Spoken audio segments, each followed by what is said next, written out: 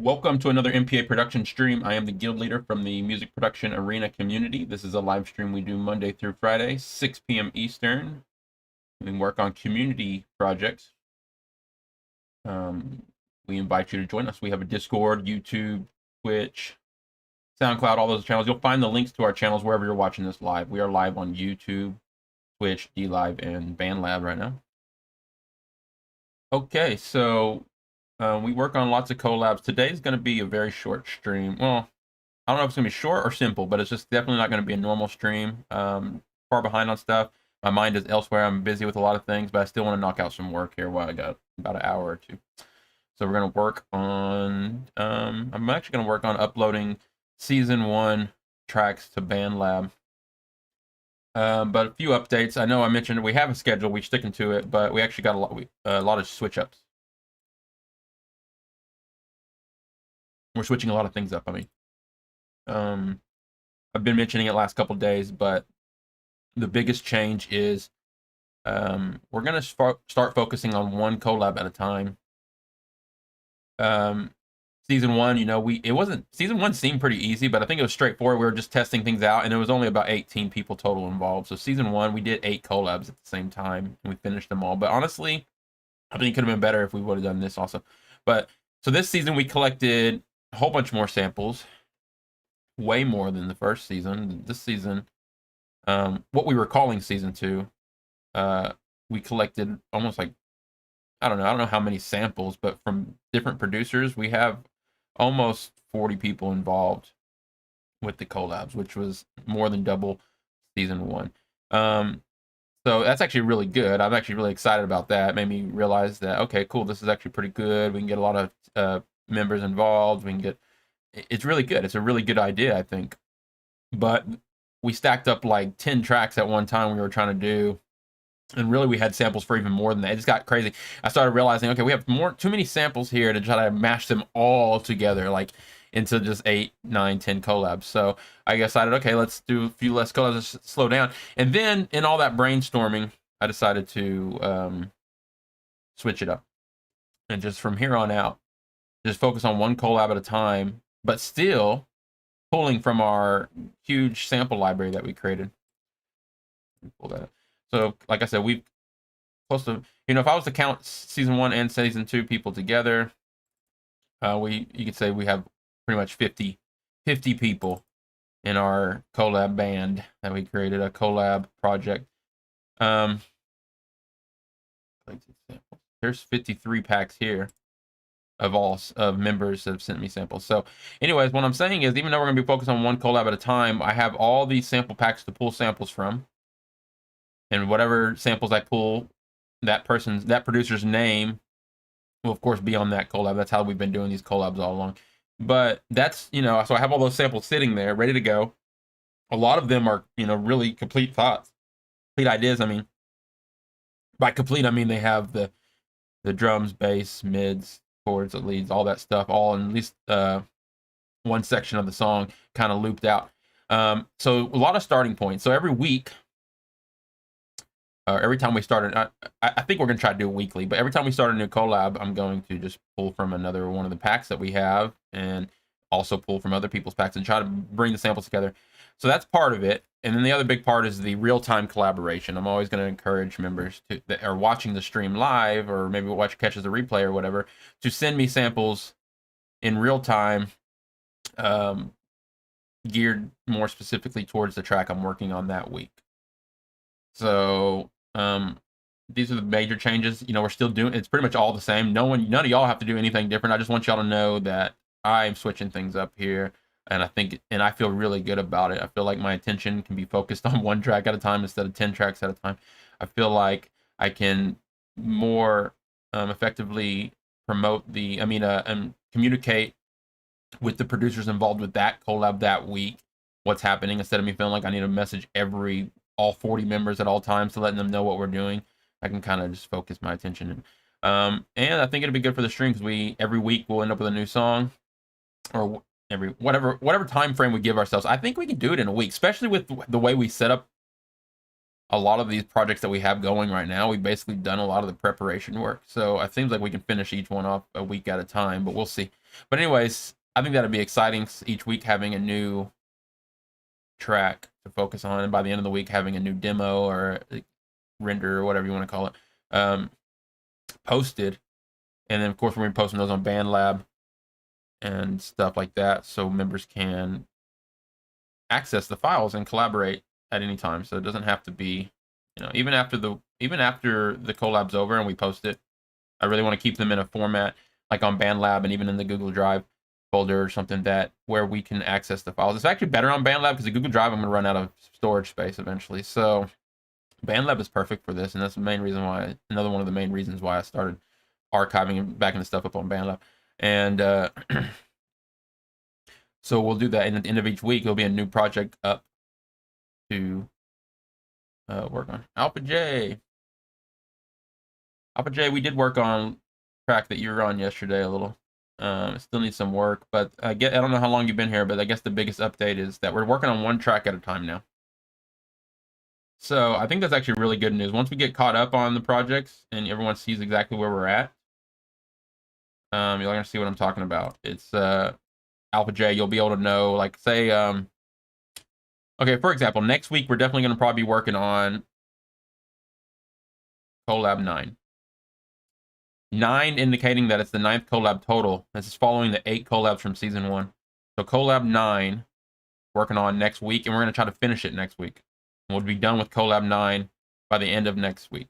And then the following week, we'll pick another one. I'm not going in order yet, but I will give a little bit of notice. But let's just say the following week, we worked on this collab here that has Alpha J on it. We know all week long, we'll be working on that track, and you can tune in each day that week to help finish off the track that you're involved with. So you don't have to keep checking back every week necessarily. I know some people are busy and stuff like that, and it really is. There's so many good things about, I think, switching it up this way that really gonna help. Okay, Alpha J says, send me the zip when you'll be able to. Yes, I'll definitely will. Actually, I will start zipping all these up. At the end of this week, I'm going to actually have a good handful of sample packs ready to go. But starting next week, we're just going to focus on one track at a time. But since, that decision came later in the season, so actually the first half of the season, we spent a lot of time preparing these collabs. So they're actually, a lot of them are halfway there, especially this list here. All the way down here, the collab 15, for the most part. We have loaded the samples already even into the template themselves. So, okay, so today I want to just do something a little different. I want to focus on the Bandlab stuff. So we had a whole bunch of tracks from season 1, and I want to get those up on the Bandlab. And the way I want to do it is, so here it is, Bandlab. I'm in, I'll just show everybody what I did. So if you go to the Music Production Arena page on Bandlab, this is just the profile page. You'll click on the bands. You'll see Studio A, Studio B, Studio C. These are all members of the Arena community, the MPA community. You click on Band A, or what is it? MPA Studio A. And that's where I'm releasing and publishing the tracks from season 1. I've already done 2, so we're going to do the 3rd one right now. You click on projects. If you're not in that band, just request to join. Once the band fills up, I'm going to figure out the best way to do that. But it doesn't matter. You can join any of the Studio A, B, and C. And I'll try to make sure. And then once we publish a track, you can collab on any of them. Well, we'll figure that out. We'll figure the details of Bandlab out later and how I'm actually going to do it, because I'm just kind of figuring it out. I just like the vibe of it. Really trying to create a virtual studio. We talked a lot about it yesterday live stream. If you want to catch that replay, we talked a lot about the future of just virtual spaces, like the metaverse and everything, and how I see MPA fitting into that world. And big part of that is trying to create this virtual online studio environment. Everybody that has gear in their studios and is also a part of the collabs and the streams and the virtual studios, we kind of could picture that we kind of, in a sense, combined everybody's little home studios into one large studio through collaboration. And that's what I have in mind. And then the more further future is virtual spaces to reflect that on the website and other platforms. But Anyways, right now we just have Bandlab and our other platforms. So we got Studio A, Studio B, Studio C. Go to Studio A. You'll see the 2 tracks that I've already published. You can click on these and collab on them still. It's never too late to collab. In fact, they're forkable. They're supposed to be forkable, meaning you can fork them, do your own version of them, and what you will. They're royalty free, basically public domain. I don't know the exact term for them, but they're basically samples donated by members of the community to be, free downloads. So do what you will, but it's best if you give credit to the people that did the samples as best as you can, or the people that were on the original track. I don't know. We'll find better ways to keep track of that. But the most important thing to focus on is this is more about fun, having a good time, collaborating, not about claiming rights on every little sample that you add to the pack and what you do to this. Is all about fun. Let's have some fun, everybody. All right, let's go new project.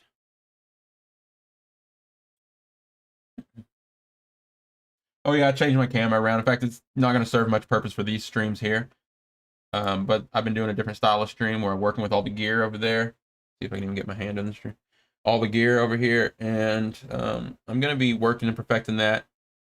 I find that all the streams are better if I talk on the microphone while I'm working. So I do have it set up where I can talk on the microphone. Last night I did a test where I didn't talk. So if you caught that, I was actually too tired to talk. I was just testing it out, but really jammed for a little while. But I think the best stream I'm going to be able to have with this gear over here, with this camera up here, is to move my microphone and like turn it a little so it faces me while I'm sitting in front of this stuff. And I'm not jamming. I'm trying to do a production stream using Endless Studio and all this gear because I have it all mapped, and it's almost like Dallas, but it's not Dallas. But it's a bunch of gear MIDI mapped to great software, and I want to do a pretty regular stream over there on that stuff. So watch out for those. Make sure you're following the Twitch, Bandlab, and stuff like that, because I'll be going live on different platforms. And like I said, I will be using my microphone. So if you're one of those people that like live streams that you can actually communicate with the host, I understand. And do check back on some of those streams because I will be doing that. Okay. Bandlab. So you first pull up Bandlab, you hit create new project. I'm not a master whiz of Bandlab yet. I have mentioned multiple times that Bandlab does have a DAW, but I don't recommend using it for your surgical edits and stuff. I recommend using it just to share project ideas. It's also really good for instrumentals to send to a vocalist. It's good for different things, but like any tool, you need to see it for its value and don't use it to replace anything else you already have necessarily. Just kind of use it for what it's good at, and then get the most out of it. And I find it really good for just this, uploading our projects here to share with 50 plus members that are involved, so they can get a better look at it, download the files if they want, or maybe work with an arrangement or something like that, inspired while they're sitting on their phone at the bus stop or wherever. I say bus stop because I used to ride the bus. Sitting in your mansion in your Corvette, just waiting to go. I don't know, wherever you're at in life, sitting on your phone and you mess around with the track, and then maybe hearing the track and seeing the stems will inspire you more than me just telling you to go check it out. So I really think the Bandlab is going to help promote the project big time. Okay, so what I want to do, I already did collab 1, collab 2 from season 1. Now I'm going to do collab 3. I already have the full stems rendered out here for collab 3 anyways. Put them in this folder. Here's season 1. Here they are. These are stems I rendered out from FL Studio. Just hit export stems, basically individual mixer tracks, and it rendered them out like this. So that's not perfectly named or anything. In fact, I think Bandlab only holds 15 tracks, so we'll be limited here on some of this stuff, but no big deal. This is more for just loose, I don't know, you'll see what I'm talking about. If I can't fit all the tracks, we'll just leave a couple of them out, because really, if it gets down to it and you really need those samples, that you can access them in other ways too. So this is, I'm also going to be uploading the actual pre-master from the project into the Bandlab project and muting all the other stems, so that the sidechain and all that stuff actually still working and you hear the full track. And then if you hit fork, you'll go into the project, you'll see the master file and then the pre-master in there, and then you'll see all the other stems muted, so you'll still have a chance to access those files. So that's how I'm going to be doing this. But anyways, I'm going to grab these over here on the other screen.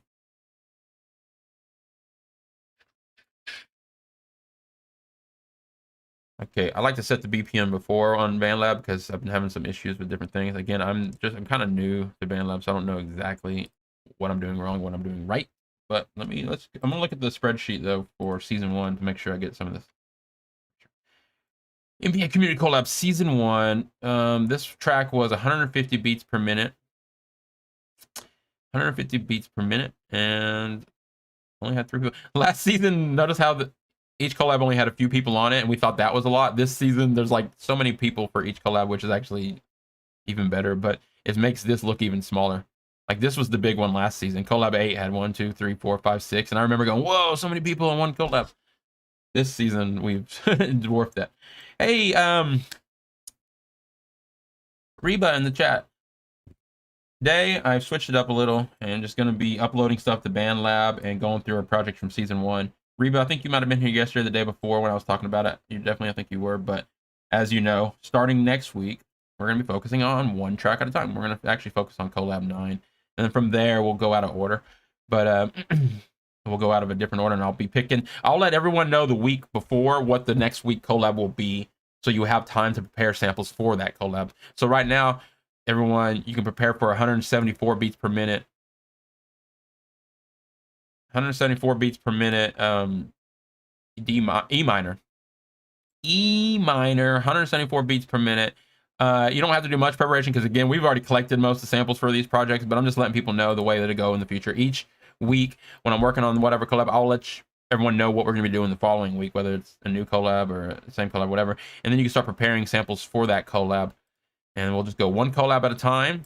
We're going to be pulling heavily from the samples we've collected from everybody. We will still get around to this collab here very soon. We're not going to go in order, so don't worry. But collab 15 here, very soon, we'll jump on this one and spend a full week or whatever working on the splitter chord track. So that's the way this is going to go down. Each one of these collabs will get knocked out in its own time frame without being interrupted by another collab. You know, the only thing we'll interrupt it with is maybe some side projects of other kind of fun things we can do on stream. But for the most part, we're just going to stick to one collab at a time. I am so excited about that. It took me, 1.5 seasons to decide to do that. But once I decided to do it, I got a new, like, I don't know. It just seemed like the pressure was taken off my shoulder to focus on so many things at one time. And then I could still focus on some of my personal tracks too. Okay. Hey, Indicty, Reba, Alpha J here. Anyone else is watching maybe and hasn't said hello? Hello to you too. I know I watch streams all the time and I don't talk. I've gotten used to a lot of our normal members saying hi when they jump in, which is also really cool. What is this green block here? Okay, so what I'm doing right now, got Bandlab pulled up, got a Bandlab project pulled up. I'm gonna upload the project for Collab 3 Season 1. All right, so there's, but at 150 beats per minute. I guess you can set the key too. I forgot to do that in the last one. Key is E minor. Wait, no, I already forgot. What is this one? Pull this back up.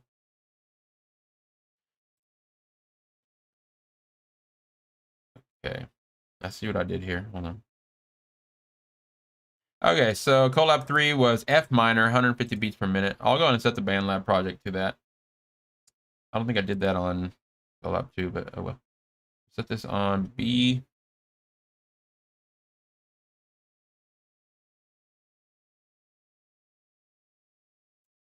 B minor.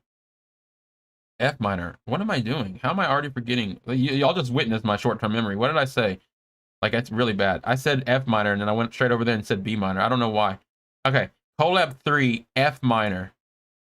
Don't let me forget it again, chat. F, B, F minor. F minor. I make so many mistakes. You know what else I noticed that we're about to fix is on my template all season 1 and all this season, the template I've been using is there's a mistake in like one of the naming of one of the files on there, and I just noticed that yesterday. I was like, how long has that been there? And it's just like, those little things bug me. We're gonna go fix the template today, maybe too. Okay, so let's get busy here. We got 150 beats per minute, F minor. I'm gonna just drag and drop all these at one time, like so.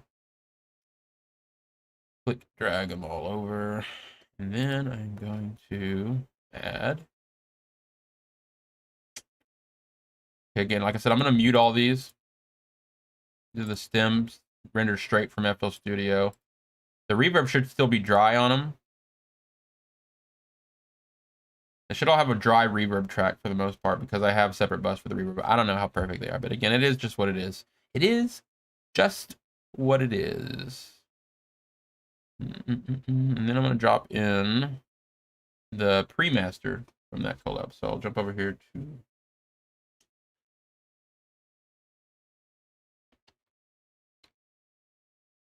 Look at that new camera effect. Like you can, the edges of the camera are transparent and you can see through it.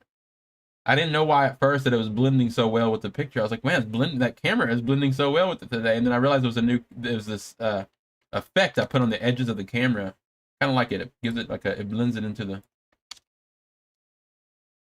thing. Anyways, disable.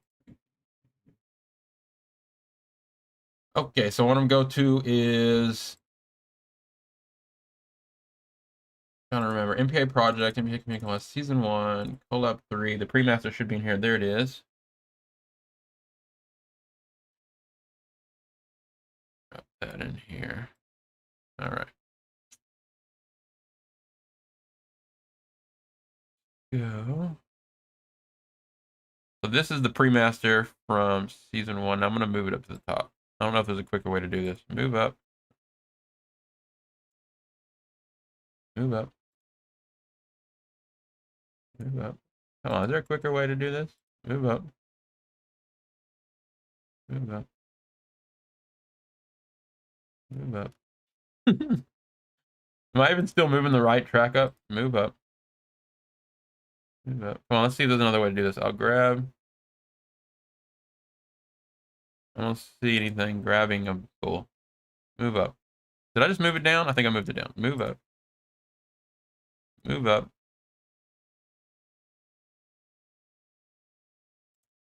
We made it. Okay, and I need to cut off the beginning of this too. So where does the audio start? Shift plus mouse wheel, maybe? You know what? A lot of the commands that you think would work don't work on a browser version of a DAW. I found that out because we're on the internet. That just zooms in and out like you would normally on a rather. Hey, that's good to know though. Look, I can zoom out. Hey, I'm glad I just figured that out. You can get a much broader view of all of them. Yes, you can zoom out over here, but it's different. It zooms only one direction. This zooms up and down and left and right. Put it back at 100%. You know, you can zoom this way, but it's not zooming, you know, where you can see all the tracks at the same time. That's cool. All right. Play this.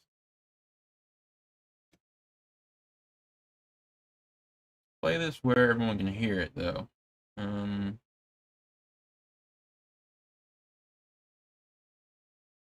Let me just switch it over to my other sound card.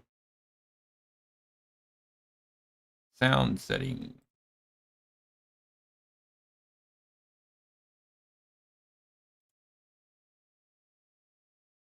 That all look right to everybody? I think so. I'll get my headphones.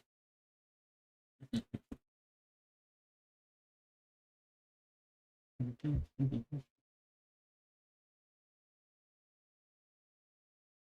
be able to hear this.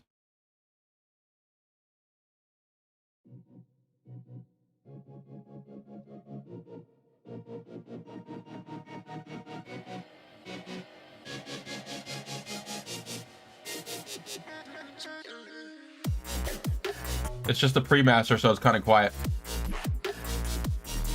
Mainly what I want to do is just find out where to cut this off at the beginning. So let's go zoom in.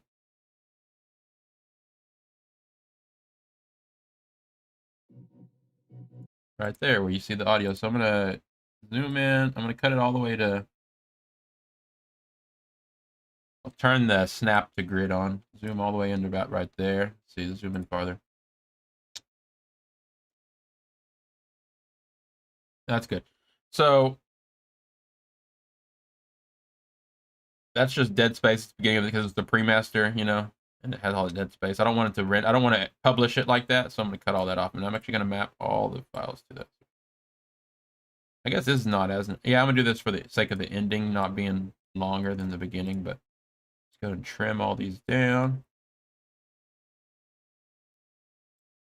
You know, there's pros and cons about the browser version, and there's also pros and cons about the mobile version of this, and it's different. I mean, of course, the mobile version has touchscreen instruments and samplers and stuff that work very well on mobile devices, and makes the mobile version of Bandlab really cool.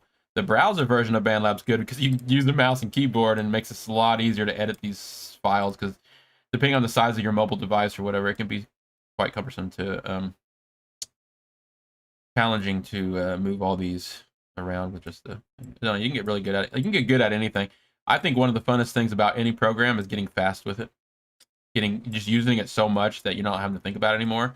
That's my goal with every app and program I use, of course.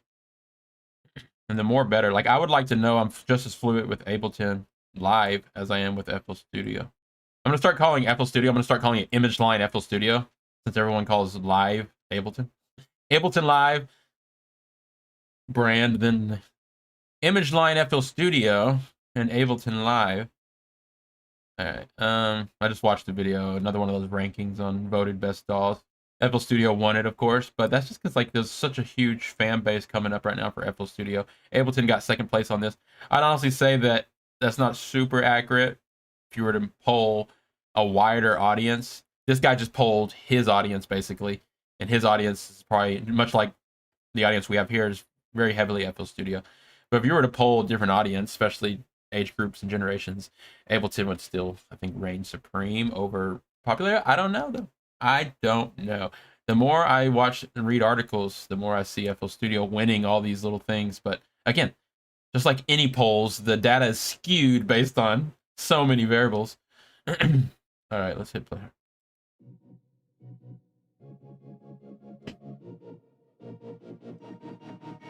Thing about FL Studio is the things that people hate about it. If you listen to people's negativity, all the negative things they say about FL Studio, or it's not negative, the things they say they don't like about it, is actually some of the strongest points of the software, is what makes it so good and why so many people like it. And that's just like something you should realize about a lot of things. If you don't like something personally, but and a lot of other people do, chances are you're just not seeing the value for what it really is, and you're really judging it on a biased just based on your workflow and your desires, and everything that you see that doesn't fit what you thought it should be, you consider to be bad. And that should never be your mindset. It's something, if it's different, just not the way you would want it, you got to realize, okay, well, it's different for a reason. And maybe maybe, you know what I mean? It's like, I think my point's pretty clear, but I don't know. What makes FL Studio really, really good is what a lot of people hate about it. And when you learn to get used to it, it's like, why would you want to say no to such great features? Ableton has a lot of great features too that I wish FL had them. All right, I'm going to use the automatic. So first I'm going to name this. This track is titled Running.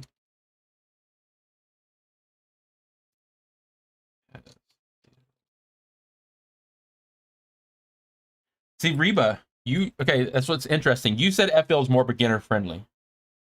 A lot of people would disagree. I agree that it makes a lot of sense for me, and I could teach it to a beginner really easily. But people that come from a more traditional workflow, talking about multi-track recorders, like 4-track, 8-track digital recorders, and then before it even went to the computer, multi-track recording like that, and then they went to Pro Tools, digital multi-track recording, straightforward Pro Tools, Cubase, Cakewalk, that style of this DAW we have here pulled up on screen. This makes more sense to people for beginners. FL Studio is outside of the box thinking. Again, very clever. So I would also agree that once you learned it, it's actually really neat. They say if you learn FL Studio first, you'll have a hard time switching to other DAWs. But if you learn other DAWs first, it's not as hard to switch to FL Studio, but you got to be open to the idea that FL is going to be different workflow and stuff. So really, what makes FL, and even Ableton, if you ask me, but what makes FL so different and unique, other than the way it looks, is the workflow. Definitely, they got a little bit different workflow that actually makes it unique. And that could throw a lot of people off if they're just thinking that, oh, traditional recording, multi-track, record, line in, record, and multi-track different tracks. FL's not that straightforward, you know what I mean? And the reason why I point that out is because the video I just watched, they said his exact comment was FL Studio is hard for beginners, basically. So he said, so it's interesting. They say he thought Ableton was the best for beginners.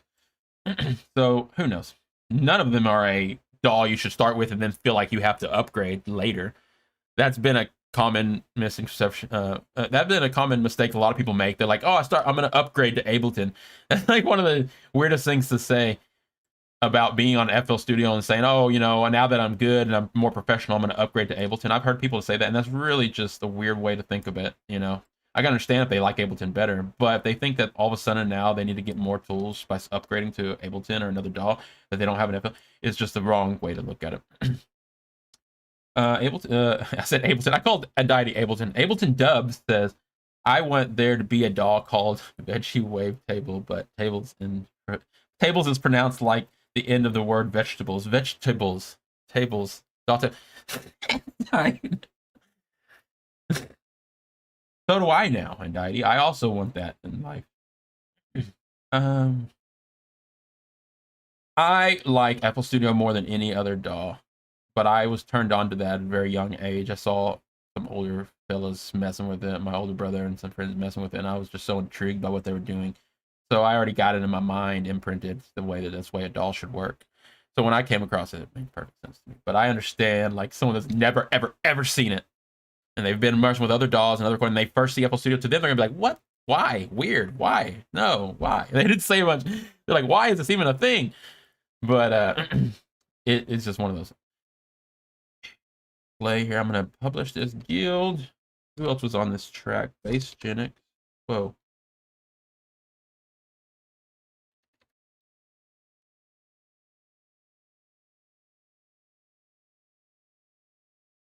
All right. Bass Genix.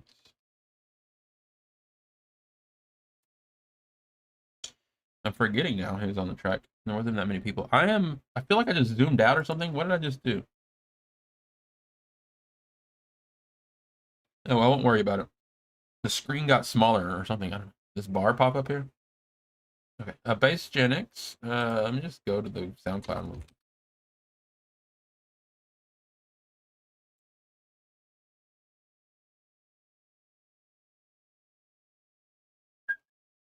I'm looking for the title of this track and everything. Okay, it's Bass Genix, I Am Jet, and Untitled.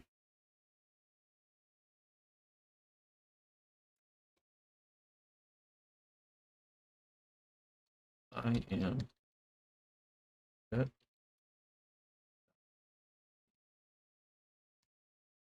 Running a guild, Bass Genix, I Am Jet, and Deity. Save that. 150 beats per minute, F minor. F11, that's what I was wondering. Did I hit F11? No, I don't think I did, because this would all be... Although I do that sometimes. I forget. That's really nice. I do need to do that on purpose. Get more full screen action going on here. F11. I like that. It looks better.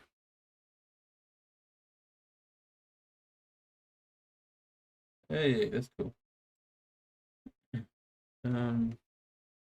That's what I actually thought when I was just kind of like looking around, talking and looking and hicking stuff, and I saw the screen like do something. And it could have been a number of things. And that's actually the first thing I thought. Did I hit F11? I don't know. I could have just accidentally zoomed that. My mouse wheel. You scroll with the mouse wheel, the rolly mouse wheel in the middle of my mouse. It sometimes gets locked in between. Let me try to do it. It gets locked in between, and then it rolls the rest of the way, like later. It happens. I always like check my mouse wheel. Like if I'm in FL Studio and I don't want to accidentally do something, I always make sure I check the mouse wheel and make sure it's not like in between a scroll click thingy. All right, let's go with publish this track now. All right, I saved it, so that should have popped up on the Bandlab. We'll look on the other screen over here.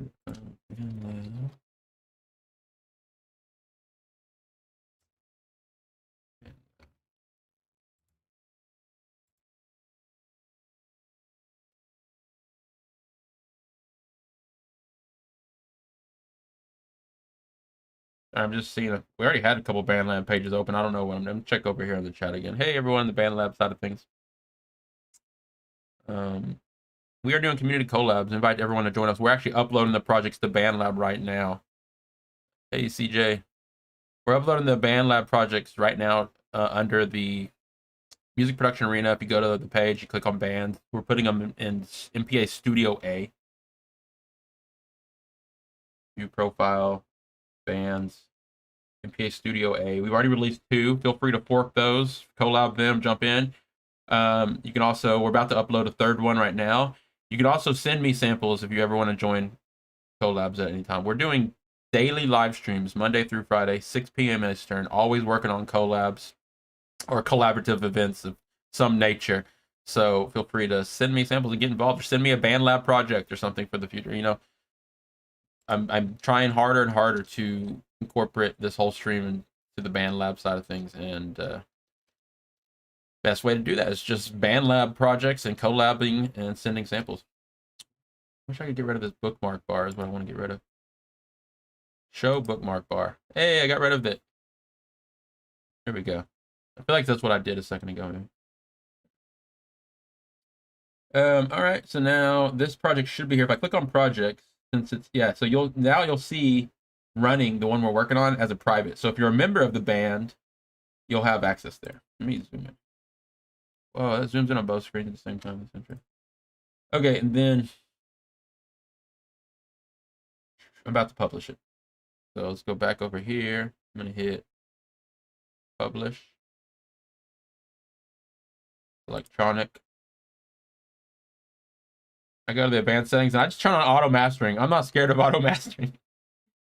I like auto mastering. I don't necessarily always use it for mastering because, of course, I have Ozone and I do my own style of auto mastering in Ozone. But I'm more interested in SoundCloud and Bandlab's auto mastering features just because I'm curious to what it sounds like when we're done. You know, it's just like, it's that whole feeling and saying where they talk about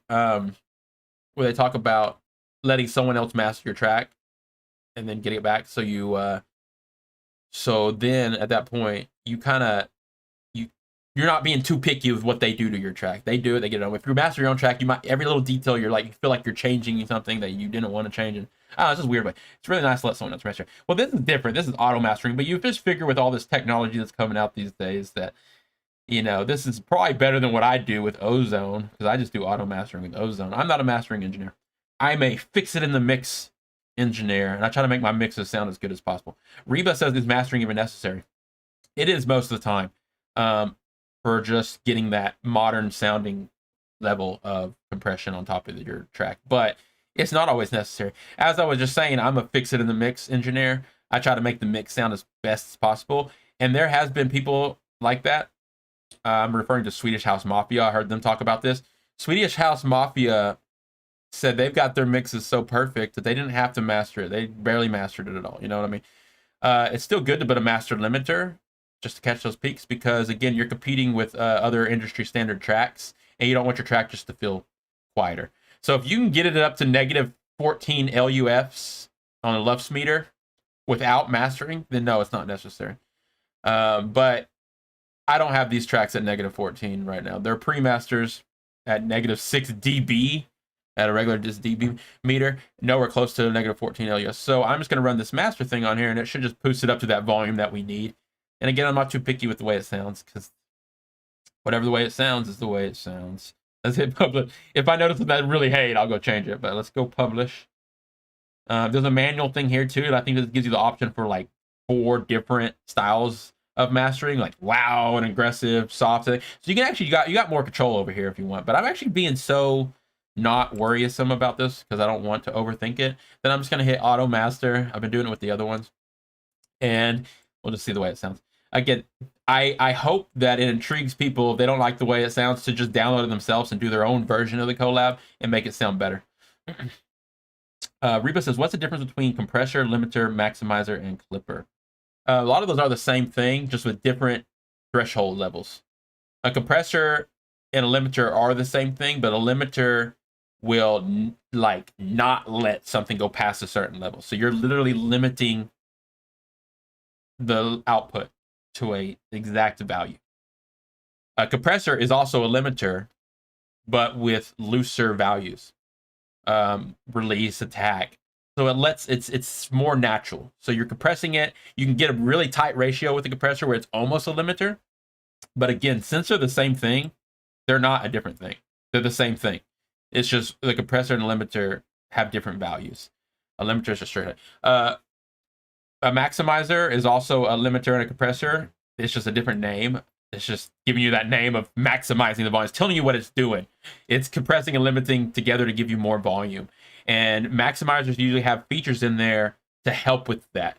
You know, keep the transients sounding the way they sound. All these different little algorithms to help limit and compress and maximize your stuff to a very loud volume without destroying it. So maximizers need a lot of neat extra features than just a basic limiter and compressor, but it's still a maximizer is actually still a limiter and a compressor. A clipper, I don't know exactly, but it's also it's hard clipping is basically a limiter. Also a hard clipper. You know what? I don't know this exactly, but I think a clipper is just another name for either a soft clipper and a hard clipper. A soft clipper is more like a compressor, and a hard clipper is a limiter. But I could be very wrong with that. Clippers are used a lot for saturation and adding saturation to the sounds and stuff.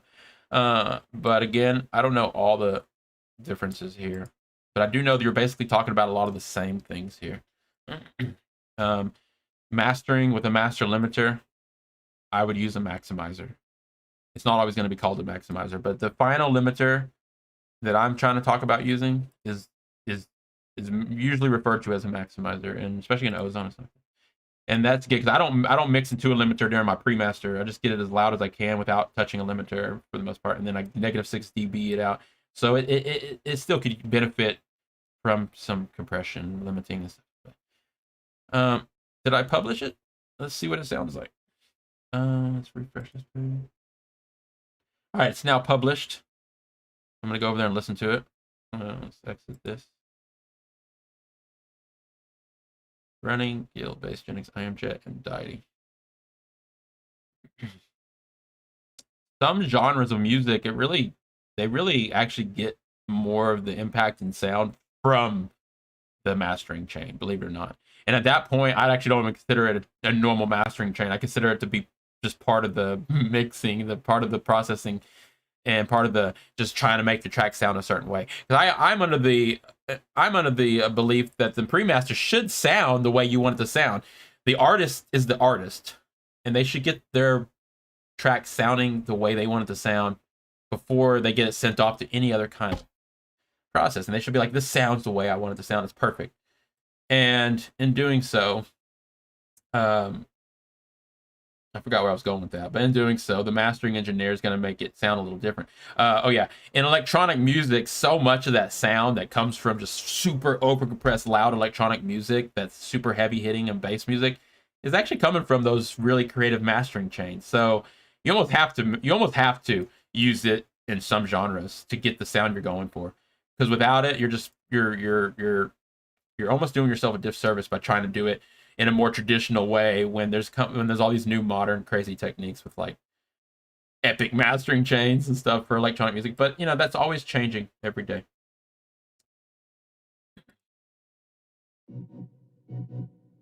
And Dottie says I got this off Google and explains clippers.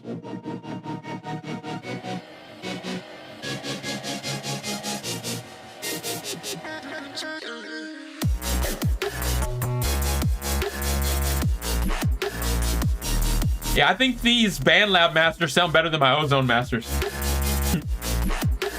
I think they're doing more to them. Ozone, all I did was maximize it. Bandlab's probably doing some other stuff. Maybe, I don't know.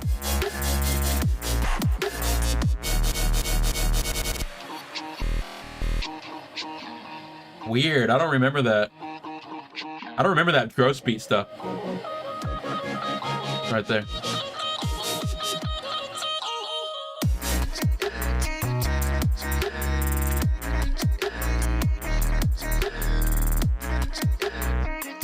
All right, this is available for anyone to download and mix, edit, work on Bandlab now.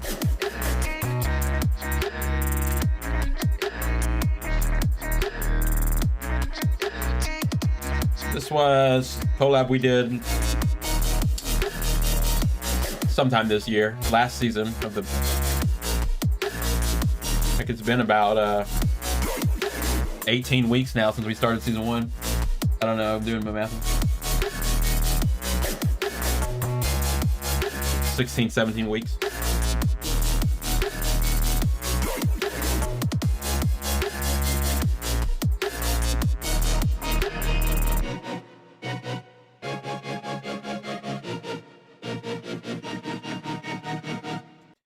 Yeah, technology is just going to keep getting better for the auto mastering stuff, and it'll never be perfect for someone that's really in control of their tracks and rather just master it themselves or use a professional master. Yeah, that's always better because you have more control.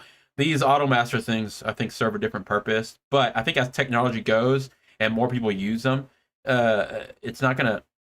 I think the better they'll get. And the thing you got to understand is you can always use a auto mastering thing, listen to it, notice something about it that you don't like, take a note, and then go try to change it in the mix so when you run it back through the auto master, it sounds the way you want it to sound. You know what I mean? So you don't actually adjust the mastering at all. You just keep adjusting the mix so that the mastering does what you want it to do. And that might mean taking the mix and changing something that you lowering or raising something that in the mix doesn't necessarily sound right, but the auto master seems to keep boosting it up to another volume or whatever. And you got to work with the auto master. And I do that a lot too. I just take notes. I try to point out the things I don't like, and I try to just go back to the drawing board and fix it. And don't worry so much about in the mastering chain. Okay, and Diety said, and Diety Googled something for us. It's Google to explain clippers. Clippers, not the hair clippers, but clippers in digital audio workstation. Clippers are dynamic processors used for either controlling transients or for generating harmonic saturation. Instead of avoiding distortion as limiters do. Right, okay, yeah. Clippers utilize it. Furthermore, they often retain the tone and punch of a mix better than limiters do to a certain level. You know what? I think clippers don't have an attack value really, or they do, but not really. The attack value on clippers is almost non-existent. Or maybe I'm thinking of that wrong. But anyways, a limiter, it says a limiter tries to avoid the distortion. They do that with an attack value, release values, and stuff like that. A clipper, can you basically make a clipper with the fruity wave shaper? If you were to just make it go up and then just brick wall it down, would that be a clipper? I'm not sure. They do have a fruity soft clipper, which basically looks like something like that. Hey, Subluxus says, I have returned from yoga. Hey, how did your yoga class go? Do not do yoga. Although I have to stretch every day before I go for a walk and exercise. I try to get some good exercise. I like the best part of yoga is the meditation part. And Daddy Dove says, I think Fruity Wave Shaper is technically a clipper. Yeah, it can basically be turned into a clipper. It could be designed to either be soft clipper or a hard clipper. Sublux says horribly. Oh, yoga went horribly. I picture you in this super epic hard stance, and then you fell over or something. That's why it went so bad. You're like, I got it, and you're like, maybe next time.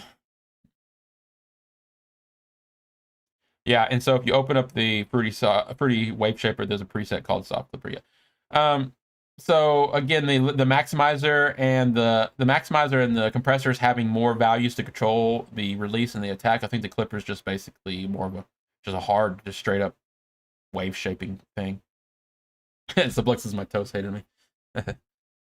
Sublux, I just got 3. We just been uploading tracks to Bandlab. There's now 3 of them up from season 1. Feel free to jump in on any of those still, even though they're already published. It's never too late to fork in on the collab and add some stuff, switch it up or whatever. But more importantly, I'm doing this to get these. I want to get all 8 from season 1 uploaded. So after next week, when we're done with collab 9, that we can just upload collab 9.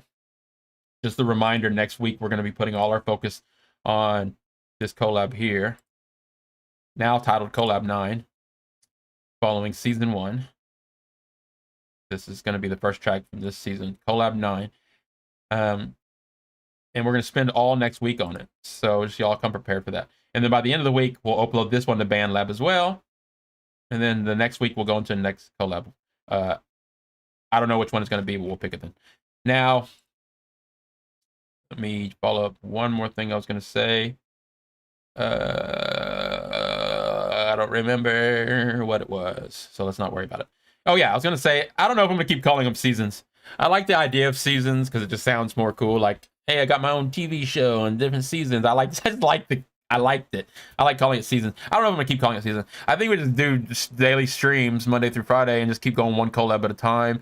If I do seasons, it's gonna be because we take a break in between collabs. So if I decide to do season 1, season 2, season 3, it's because after we do a certain another number of collabs, maybe we'll take a break from collabs and do some other stuff. Maybe, I don't know what that would be, but we'll do some other stuff for a while, and then we'll come back to collabs on season 3. But I don't, at this point, I just want to keep collabing. So you might not hear me calling it season 2 as much anymore, or referring to season 1, season 2. I'm just going to start referring to them as what order of collabs they are. So we did 8 collabs season, 8 low collabs so far. So next week we're going to do the 9th collab, and each week after that, we'll just title the collab a different number. I'm going to erase the numbers so we know what I'm talking about. All right, so we don't know what order we're going to go in. We're just going to start picking collabs each week, diving into the sample packs that we already have and jumping back. Okay, so we have 3 projects up in Bandlab. Again, those are in MPA Studio A band, but you can actually just click on my profile page. I don't mean to call it my profile page. I like to think of it as ours. Music Production Arena profile page. And if you click on tracks, you'll see the 3 tracks there too. Should be able to click on those and go in the port. Hey, another announcement. We just hit 100 followers on Bandlab. I've been waiting to hit that. Now I'm going to do my borderline stalker style of networking, where I'm going to go in and write down these. Stalker. I'm not a stalker. I've got spreadsheets for every platform we're on. Look at these spreadsheets. I've got the Discord. As people join the Discord, I write their names down. People join our Twitch, SoundCloud, all Instagram, stuff like that. These are our followers. So actually, now that we've hit 100 Bandlab followers, oh, it looks like I've already started this. Stopped at 40. I'm going to log in all 100 of our Bandlab followers to this spreadsheet here. And I'm also going to put a link to your Bandlab page here to make it easier for me to get through. And then on this spreadsheet also, I like to put other social media links that you might have. Again, I like to focus on the individual members in the community. I don't put as much focus on growing the largest community. I'm trying to figure out who's interested, who they are, and how interested and how involved are they with the community. And I try to remember everybody's name. So I actually like to use documents like this to keep track of things. But now that we have 100 Bandlab followers, I'm gonna touch base with everyone and say, hey, how you doing? Try to listen to your music if you do have music up on Bandlab, and just let you know, give you a short little spam message of what we have going on, and invite you further deeper into the rabbit hole of Music Production Arena, and invite you to the Discord. 100 members following the Bandlab page. Good. I'm happy to see that. 100 is always a good milestone. And it's just going to keep growing. So if you're watching now, please follow us, and I'll add you to that list. But with Music Production Arena community, I consider the members of the community are the people that followed any of our pages back. So if you're following our SoundCloud, if you're following us on Instagram, you're a member of our Discord. If you get involved with any of the competitions and challenges we do, those are the people I consider to be members of the community. And those are the people I will put most of my focus and attention on. Okay. And Didy, you uploaded something to Bandlab, didn't you, recently? Can we listen to it? Let's see here. And then we'll go over, I got some other things I'm going to do. And Didy.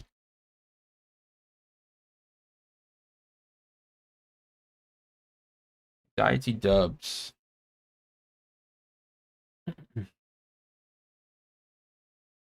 Clubhouse Whip.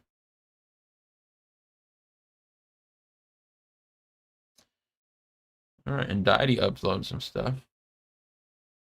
I've never made this kind of music before, but I thought I'd try it out after rediscovering Eric Pride's. Oh yeah, Eric Pride's all day.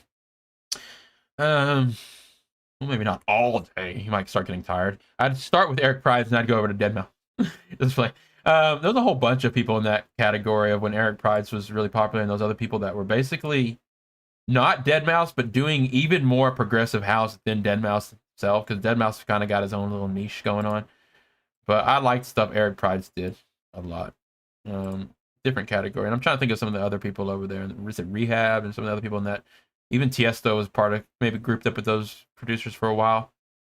And I could be wrong. I might be getting Eric Prides mixed up with different people, but all right, I'm going to listen to this. I'm also going to run to the restroom really quick. So I will be right back.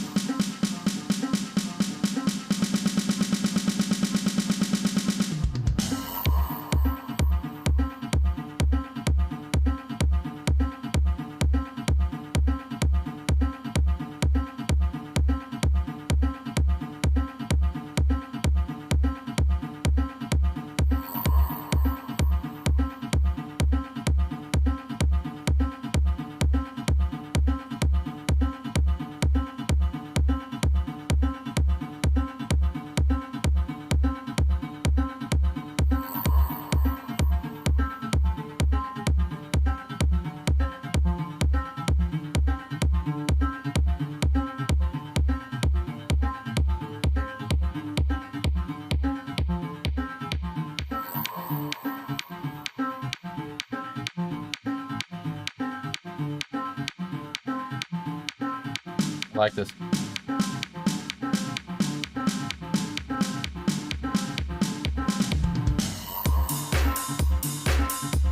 So Bluxa is asking what kind of day is today. If you're referring to what we're working on, I'm uploading tracks to Bandlab today and tomorrow, and then starting next Monday, we're gonna start the collabs hardcore.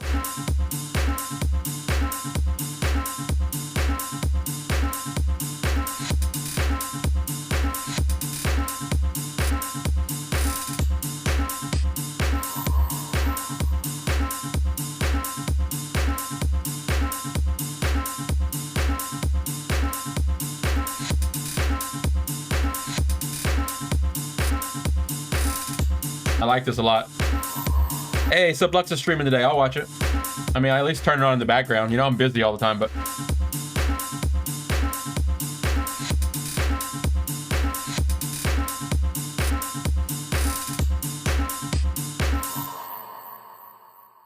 Hey, I like that a lot. I want to collab that one. You didn't make that one forkable, did you?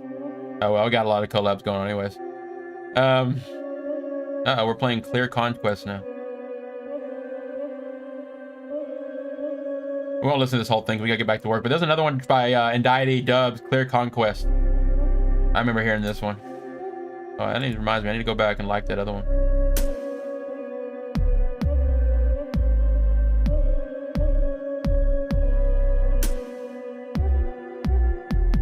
What time are you gonna stream, Subluxa? And what are you gonna work on? How is my volume of my vocals compared to the volume of the music? Like at this level right now of the music, I know when I talk it ducks the volume of the music quite drastically, but I always, number one thing I'm concerned about, and I would like y'all to point out if you're ever noticed, is I hate when I'm listening to live streams to have to keep turning up the volume and down the volume every time they start talking. And then all of a sudden they start playing music and it's too loud, so I have to turn down the phone. And then they'll start talking again, so I have to turn the phone back up. I hate having to turn it up and down. So I don't want my live stream, the Music Production Arena live stream, to be like that.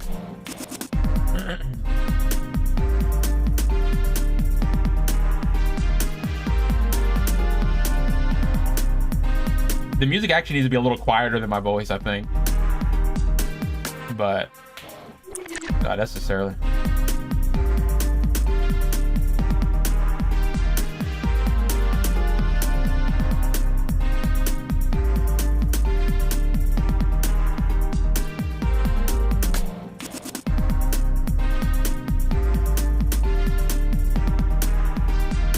My girlfriend, she always calls me at this time. She has not called today.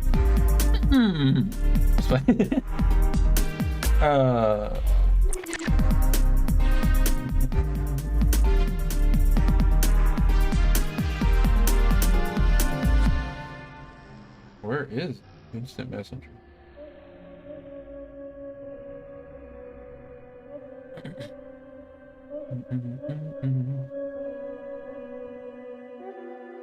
I'm just listening to this because I have to make a phone call real quick. We're listening to Untitled Dub still.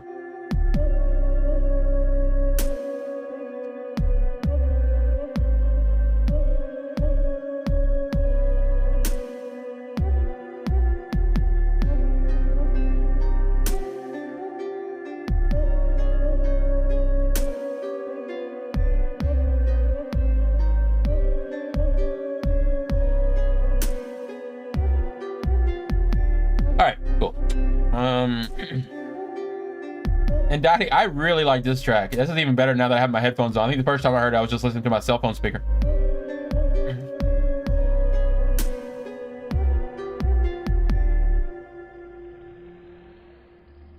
Okay, so we are going to work on today, though. We're going to...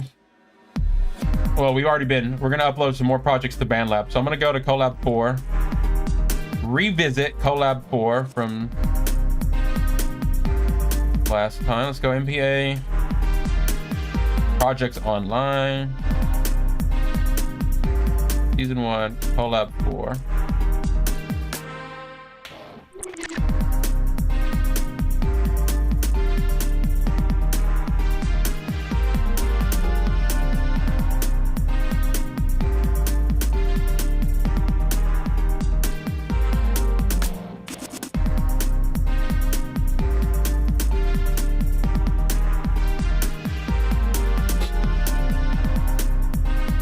Okay, so here's the project from Collab 4.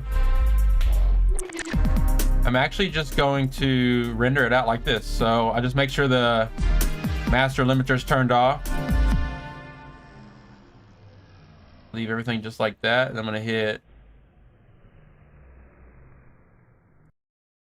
hit File, Export, all playlist tracks from start a song.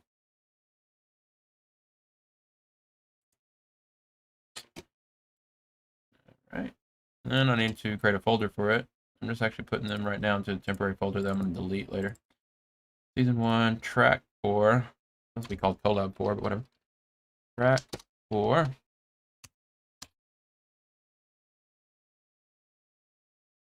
And just hit enter. That didn't work.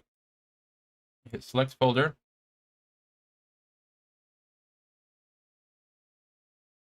What? Oh my God.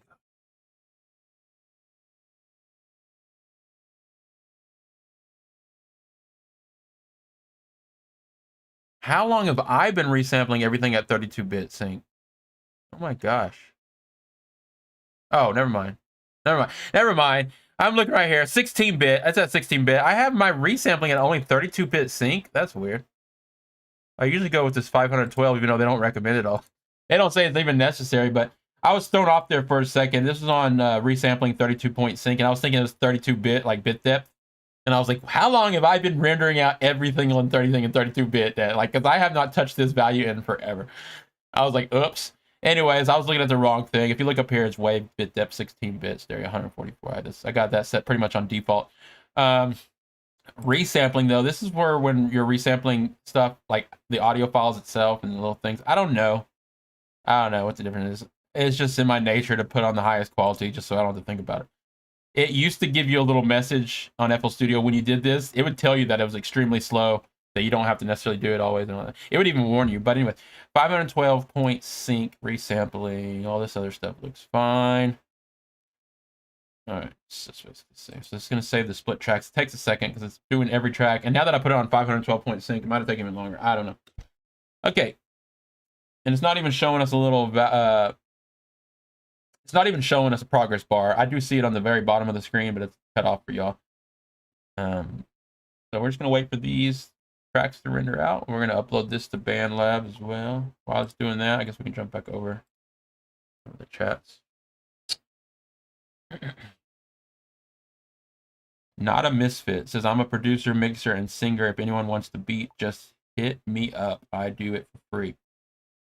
Not a Misfit doing free work. It's a great way to network and meet people. I do free work all the time for people as well. I don't know how the longevity of that is. I do know when people offer you free stuff, don't expect much from it. Usually meaning like you can't hold them accountable for anything. They're doing it for free, so you get what you get. But that's pretty cool. Not a misfit. I do think that's a really good strategy to meet people and build up a network. I'll do a quick pitch on what I do. I do free FL Studio lessons. Free? Guild, you're insane. Why would you do free FL Studio lessons? I do free 30-minute orientation lessons, once per person. You only get once. But if anyone out there is interested in a free 30-minute Discord screen sharing voice call style one-on-one FL Studio lessons, I do free 30-minute orientations. In that 30-minute orientation, you can ask questions, but the main thing is I use that 30-minute orientation to find out what I can best teach you and also pitch you the prices if you want to actually pay for lessons, and I'm very affordable. Anyways, that's enough of that. I don't do much promo of that. I do want people to know that that's an option, though. If anyone out there is just like, because you can learn a lot just by watching YouTube videos and watching me here stream every day. But if you're the type of person that would rather just straight ask questions and get help with exactly what you need, or maybe take a beginner's course, I have all that stuff set up. Not a misfit. Cool name. Hey, hello to Tectonic YouTube. Good to see you. And anyone else in the chat, good to see you. Glad to have you here with us. This is a daily stream that we do Monday through Friday. Everyone posting links. I'm not going to listen to them right now. Maybe I'll go back and listen to them later, but feel free to share links with each other. Look at these live streams as a kind of a meetup to meet other producers and share tracks with each other. Okay, tracks skipped. Some tracks were skipped because they didn't have audio or were completely muted. Understandable. All right, let's go back to Bandlab. I'm not opening up too many instances of it.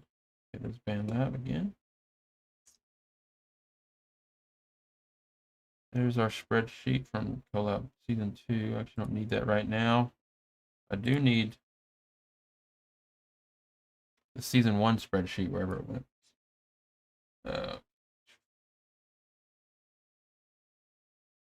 I just have too many windows open. I need to clean this up a little. Clean that up. Close that. Close everything. All right. All right. Now I'm gonna go open up this Bandlab page back up. Go back to the band MPA Studio A.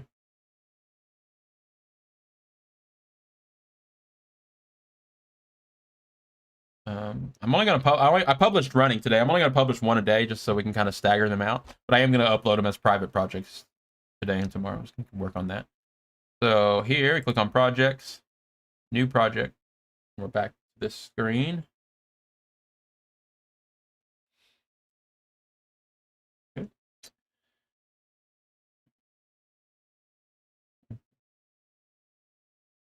I have like so many random songs stuck in my head right now.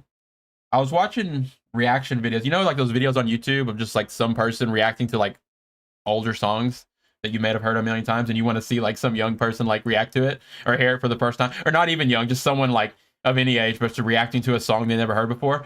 I like listened to like maybe 20 of those this morning. I don't know what it was. I was just like looking at their facial expression, like, yeah, the cool part's coming up.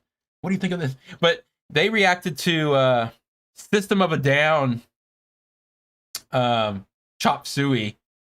This guy was blown away by System of a Down, Chop Suey, like how much of like an amazing song it is. And I would agree that let me close my. I would agree that System of a Down is probably one of the best bands to ever exist in the face of this planet and in history to ever. But I forget about them. I don't listen to them all the time. I wish they would have released more music too. They released a lot, but not as much as I would like. System of a Down. Anyways, this guy reacted and it blew him away. He basically became his favorite band. And then he went and did like listen to like 4 other System of a Down songs too. Do we have any System of a Down fans, old school band, in the chat? And Daddy says, how much of the Spotify playlist I sent you have you listened to? Oh, I didn't listen to the one you sent me, honestly. In fact, Subluxa sent me one too. I started listening to it. At some point, you know, I just had to do some other things to turn it off. Came back and listened to some more music yesterday. Ended up listening to a bunch of who was it? I can't remember. Oh, Tool. I went on a Tool. We were talking about Tool yesterday, and at some point, I just went straight to Tool. I went to Spotify, clicked on randomly shuffle all Tool. Anyways, I do have it saved. All right, this collab. I don't listen to as many old school bands. I mean, I'm very much a new music type of person. It's just the fact that we were talking about all these old school bands that made me, and then listening to Tool, and then again even today listening to System of a Down stuff, which is not as old as Tool, but something about listening to good old classic music that motivates you to make new music. How am I losing all of? Yeah, in fact, well, Sublexa, from what I listened to of it, yeah, I liked everything I was hearing. It was, a good combination, a good mixture of stuff I've heard before, and of course, and you even had a lot of somewhat recent music in there too. It was good. Y'all both sent me very long playlists, so if it was y'all's music, I probably would like personally, I would have taken more time to listen to every song or whatever. But since it's just stuff of songs that I've heard before in the past, yeah, it's just good to have extra playlists to listen to. Don't get me wrong, but I definitely, go looking for certain things to listen to all the time. Again, I like to hear things that I've never heard before. I was looking through the Untitled playlist trying to find some people on there that I haven't heard before, and I saw a bunch of stuff for sure. Let's see. Collab 4, 174 beats per minute. This is titled Tech Theory, Theory. Collab between Guild, Zandit. I hope these names are accurate on the spreadsheet. I know they are on SoundCloud, but I might have not updated the spreadsheet all the way. Fox of Galaxy and Boulder. Tech Theory, Guild, Xanit, Fox, Galaxy, Boulder. 174.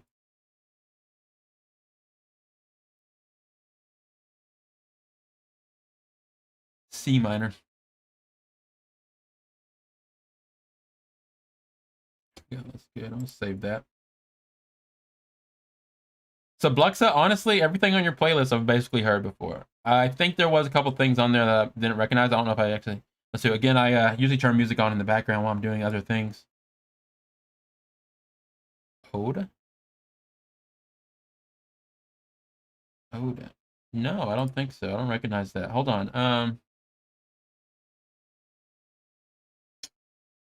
getting sidetracked here. In fact, what did I even do with that playlist?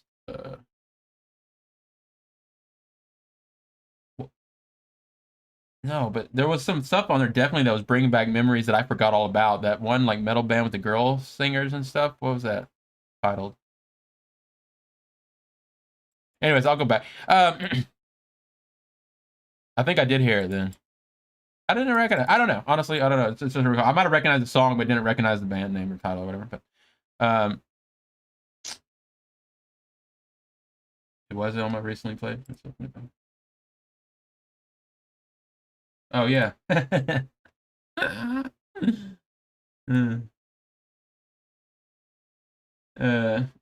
No. Honestly, I've never heard of these people.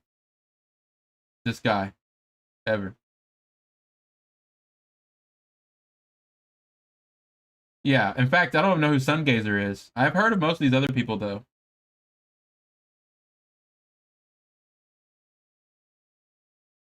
There's a lot of stuff here I haven't heard of. Pendulum, I'm a big fan of Pendulum. Most of the stuff I have heard of. No, there's some stuff on here. There's a lot of stuff on here, honestly. I've never heard of Mr. Oizo.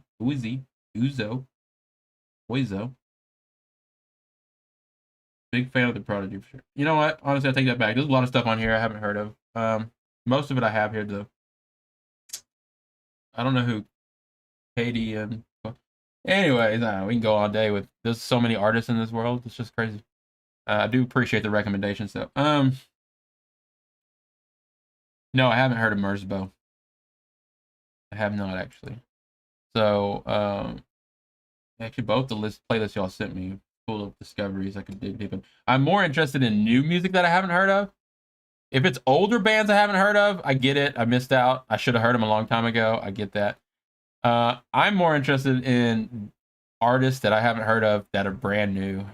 Kind of that FOMO, fear of missing out thing. I like to hear as much new stuff coming out as possible. So if there's like some breaking artist that just came out that I haven't heard of, I'm most interested in that. As far as old bands and older groups that have been out for a while, I have heard most of them probably. unless they were more underground. And I would like to hear stuff that I haven't heard before, but I almost feel like if I missed the boat, it's my fault. I'm not gonna go back necessarily at this point. It's a and that only goes back so far. Now, if it's classic stuff, I like to go back to the stuff my dad listened to and rediscover stuff like that I've never heard of. But the farther you go back in history, the less bands and artists you have to worry about. Sun Gaze, yeah, they look good to know. Good to know. Good to know. Probably why I didn't recognize their names at all. And it's probably why they also have like very few listeners. This guy only has 235 monthly listeners on Spotify. Still a lot, but it's fairly new style art. I'll be checking them out. Okay, right. Getting sidetracked here talking about Spotify. Although tomorrow is Friday, more casual Friday. Let's do some more conversations on music, undiscovered music and stuff tomorrow for sure. And Daddy says, I know a few up and coming artists I've seen on Twitter. Click type like Lux Synth, Paper Skies. Those are cool names. I haven't heard any of them either, but there are so many up and coming artists. I like to find a lot of those on SoundCloud. I always put the line I'm trying to see is that there's lots of upcoming artists. I'm most interested in the ones in our community, even though who knows how many we actually have in our community. But I'm looking for those ones that just broke through, that they're about to be in everybody's mouth and everyone's gonna know who are, but not yet. You know what I mean? What is that, hipster style? Not hipster music, but like hipster, like I thought they were cool before everyone thought they were cool. But anyways, this is just there's so much music out there. Friday is one of my favorite days because that's when new music comes out on Friday on Spotify. And I do go to the new music Spotify playlist. But even that playlist, you're not hearing most of the new undiscovered artists. You're just hearing stuff that's being promoted by their labels and stuff. Who knows? The gatekeepers of Spotify. What we need is the document folder. Let's open this up. Let's go to that folder. Projects, temporary, community collab, season 1, track 4. Hype Machine. I don't know if that's still a good website. Hype Machine website is a good blog style. I guess the hype up artists that were just breaking through. But I still like to know that they're whoever I'm listening to is popular enough that enough people will know who they are if they're in a young enough generation or crowd or whatever.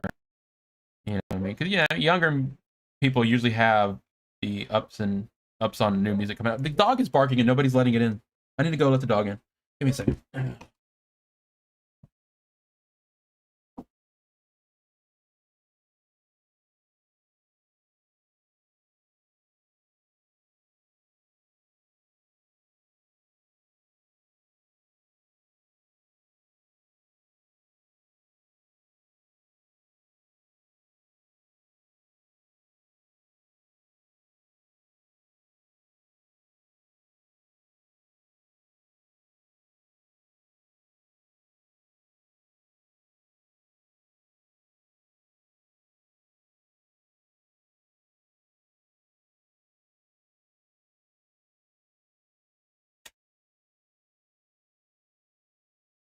And I'm back.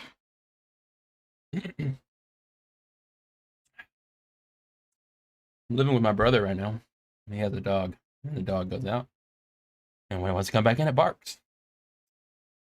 It's barking still. But I went down there and asked, so why is the dog barking? They go, oh, we just let it out. Well, why is it barking? Barking at the neighbors, probably. Hey, so MPA, how do I blend several styles together? You blend several styles together by you can't take every element of every style and mix it all together, but you can take some of the, for example, folk music. What's folk music? That's folky sounding, probably acoustic guitars and other acoustic sounding instruments, fiddles and stuff. I don't know, folk music. So you take the most important elements of folk, you take some really solid riffs of folk music maybe, and maybe the vocalist, a singer that you would hear in folk music or something like that. And then you go, okay, what's another genre? Okay, electronic house music. Okay, what's electronic house music? It's 4-on-the-floor drum beat, drum machines, groove. You get all the parts of a house track together. And you mix it with folk riffs and stuff. And what do you got? You got Avicii, and then you mix two. No, you mix some genres together, but you got to take. And then you go, okay, let's mix one other genre in here, polka music, and then you go get an accordion, and you get a real cool polka sounding accordion riff, and you mix it in there. It's kind of mixing genres, but not necessarily. You got to understand every genre root has a diehard like base that they're purist, and all purists of their genres will at any point that you kind of get off what they consider to be the guidelines of their genre, they consider it to not be that genre anymore. They're like, oh, that's not true trance because of all this stuff. Oh, that's not real house music because of this, or that's not real dubstep because Skrillex, turned it into bro step. Whatever. You're gonna get those purists, but at some point those lines are all blurred, and you're just talking about making music, and anything goes. You know what I mean? Country music is country music. It's pretty pure and country, and I don't like when country's mixed with other things. Honestly, I've never really heard a good collab country song mixed with another genre, like without it just sounding to me to so corny and commercial. Like, I don't know, I'm just not a fan of country and rap and country and rock and country and metal and country and other styles and techno country. I don't like country and mix of things. So some genres I don't think they even need to be mixed, but within country is different styles of country music. And then electronic, there's so many subgenres. Okay, if it comes to mixing subgenres together, you're just talking about making electronic music. There's no, dubstep mixed with house. Yeah, there's no such thing. It's just a whole new style. Dubstep house is called bass house, is what it's called. But you're just getting different names. At some point, it's just electronic music, and you're just mixing different ideas together, different tempos, BPMs, grooves, drum samples, and the rules are what holds people back. You can only use a 909 kick, and they're like, what? I used an 808 kick. What? Sublexa says dubstep and house are two different genres, not subgenres. I would agree, but they're both subgenres of electronic music. So it depends on what categories you're talking about. Now, genres, yes, I would agree. Dubstep and house are very far from each other. That's almost like saying metal and rock, two different genres. Metal, rock and roll, two different genres. But at the same time, they're considered to be in the same category. Electronic equals a genre. Yeah, electronic is its own genre. Okay, so you're breaking down the things, but you got to understand, like, depending on the wider categories. These days, you're right. These days, everyone's categorizing things even more so. But like, you get down into it, you don't ever see house music necessarily on Spotify. You see EDM. Sometimes you'll see a separate category for dubstep. But you dig deeper, you're like, where's all the categories for future bass and drum and bass? A lot of times you'll see drum and bass now too. It takes time. I think it takes time for a subgenre to become its own genre, honestly. And I would agree that dubstep and house are two different genres, for sure. For sure. But within the house genre, you got a lot of subgenres, of course. And then in dubstep, you've got subgenres of dubstep. Both those are subgenres of what a lot of people used to believe electronic dance music. And this is the whole thing. EDM used to not be the same thing as it is now. EDM now is to refer to certain subgenres of electronic music, festival style subgenre. Back in the day, EDM just meant all electronic dance music. And you can still find people arguing today to what EDM actually means. So underneath the EDM umbrella, they used to fit all that stuff, including dubstep and house and trap and trance and drum and bass. All that used to be called EDM. And then at some point, and not necessarily, just depending on where you lived, some people go, oh, EDM, I don't make EDM, I make drum and bass. And they're referring to EDM as festival style EDM. They're thinking like, future bass and all this stuff like that as EDM, and marshmallow and all this stuff is EDM. And then they're forgetting that, the terms have changed over time. And there used to be subcategories. When you go to this record store and you'd look for genres, they didn't have a subgenre. They didn't have a genre for every category. So that stuff, as time goes on, genres break down. Subgenres break down into more genres. The way that works out. All right. So what we need to do, we need to drop in I should have dropped the pre-master in first since I wanted at the very top. You know, I have to hit there and up. Damn it. So Buck says, I'm not like the idea of being the same genre as Marshmallow.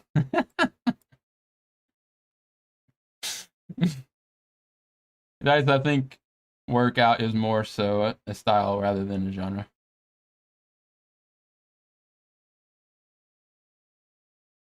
Workout, yeah. In fact, workouts is not a genre as much as a mood. They call them moods. But yeah, workout playlists. I stopped making, honestly, I stopped making a lot of forward to the floor stuff because a lot of workout music. Same thing. You go listen to a workout playlist, and I was like, wow, this track almost sounds like the track I made last week. Am I making workout music? So yeah, anything a workout instructor starts using in their gym class becomes workout music at that point. Like, let's go, 1 and 2 and 3, and you're listening to like this hard beat. It's like, come on now, workout music. What some websites started doing, including Spotify, and they weren't the first one. They kind of stole it, I think, from other people. But they don't put genres; they put moods. Chill, relax, energy, jogging, working out, all these different activities and moods you might be into. Let's listen to music for that, which makes sense, but at the same time, it's kind of weird. But what you're going to find in those playlists is like a mixture of two genres together, but they're both good for the same thing, like working out maybe or something like that. So I would not like to see those categories start being defined as genres because they're really not. I think a genre really comes down to structure of the beat, the tempo, the speed of the beat, the groove of the beat, the instruments and sounds being used, the arrangement, the feel, and more importantly, just whatever. You really can't define the genre. You got to ask everyone else what your track is. You finish a track, you ask 100 people. If 90 of those people say, oh, that's dubstep, but 10 people of them say, oh, that's EDM. Well, you can probably call it dubstep. You know what I mean? Because that's what everyone else thinks it is. Your best bet is to label your track what most people hear it as. That's because the people hearing it are the ones listening to it, and they're the ones that are going to categorize it and find it and put it into whatever genre they want to put it into. So it's really just make music and let the audience decide where it belongs. Chill out house is a genre, though. It's a subgenre. Chill house is a subgenre, yeah. But the mood of relaxing and chilling is not necessarily the same thing. If you're just listening to a mood playlist designed for relaxing and chilling, it could have Nora Jones on there, coffee house music. You know what I mean? It could have anything. But if it's an electronic subgenre playlist of chill music or whatever, you're expecting electronic chill. So many blurred lines, and actually, I like talking about this stuff. I can sit there all day talking about the advantages of subgenre after subgenre after subgenre, and I can argue with someone much like my dad that says he doesn't. He's genre-less. He doesn't think of genres at all. All he thinks of is good music, bad music. You know, which is understandable. People are like, oh, I don't care about genre. It's all music, good music, bad music. That's all I care about. That's understandable. But genres exist for a reason. I love having that debate with my dad, though. Somebody says, I don't want to be known for a genre. Yeah, me neither. I like to be known as a multi-genre producer. And in fact, as a music producer, you should be able to produce music. It doesn't matter what genre. You should be able to just record and make music of any genre as a music producer, especially as an engineer. But I do have my favorite genres, and I do have my least favorite genres for sure. Subluxa doesn't want to be known as multi-genre either. Yeah, I mean, honestly, a lot of people are making music right now that fits multiple genres, but genres will always be there to help categorize music. Genres are there important, so when you find something you do like, you can go find more stuff that you like. You don't want to be like, oh, I love this song I'm listening to. What category is what genre is it? And they're like, oh, that's rock and roll. And you go listen to like, I don't know, Nickelback. Who likes Nickelback? I don't like Nickelback. You go listen to Nickelback, you're like, I hate this. And you're like, this is not what I was looking for. Give me more of that other stuff. And you're like, okay, well, that genre you were talking about is a subgenre of rock and roll. You like metal. And you're like, okay, and you go listen to more metal. You're like, well, I don't like this metal. You're like, oh, you like death metal. Okay, you go listen to that.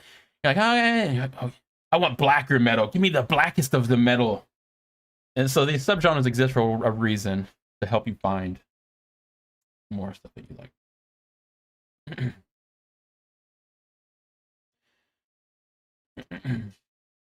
Okay, I'm finding the pre-master to this. MPA projects online. Okay, season 1, collab 4, pre-master. Put that in here. And I gotta move that up some because I wish there was a quicker way to do this. Move up.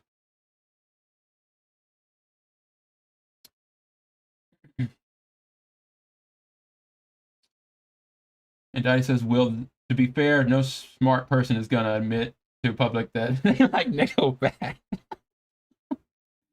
uh, uh, poor Nickelback. There are just groups I've never liked, and they're good. Nickelback is good, I guess. They make great music. I just don't like them. There's other groups I don't like. I don't like Insane Clown Posse. I never did. There's another older group, but there was just something about their overall. I got a lot of friends that are juggalos. Don't get me wrong.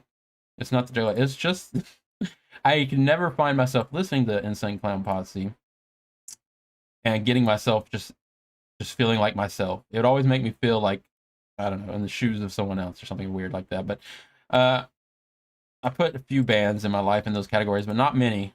Not many. I pretty much like all music.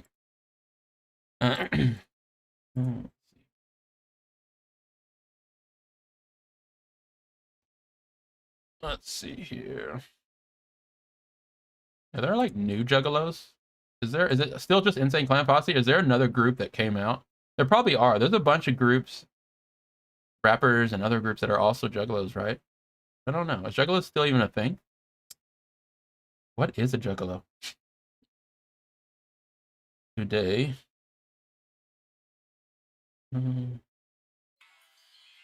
It starts right about here.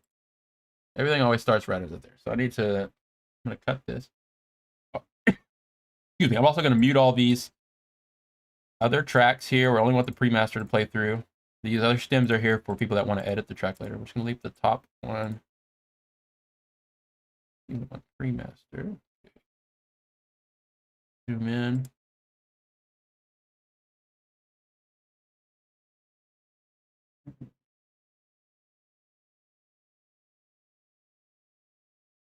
I don't know why it doesn't turn snap on automatically. Snap and grid.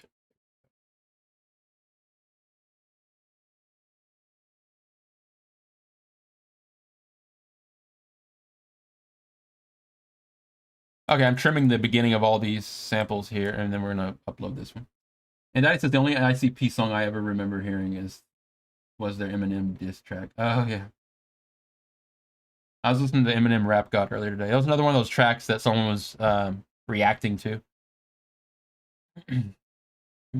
Maybe I should make reaction videos. Just playing. I really don't feel like making reaction videos.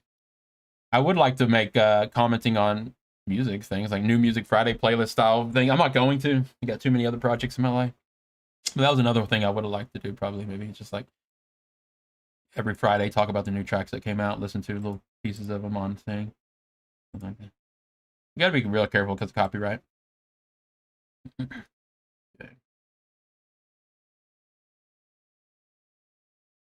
Alright, this does not get to the... Either zooms in too far or not far enough. Put it right there.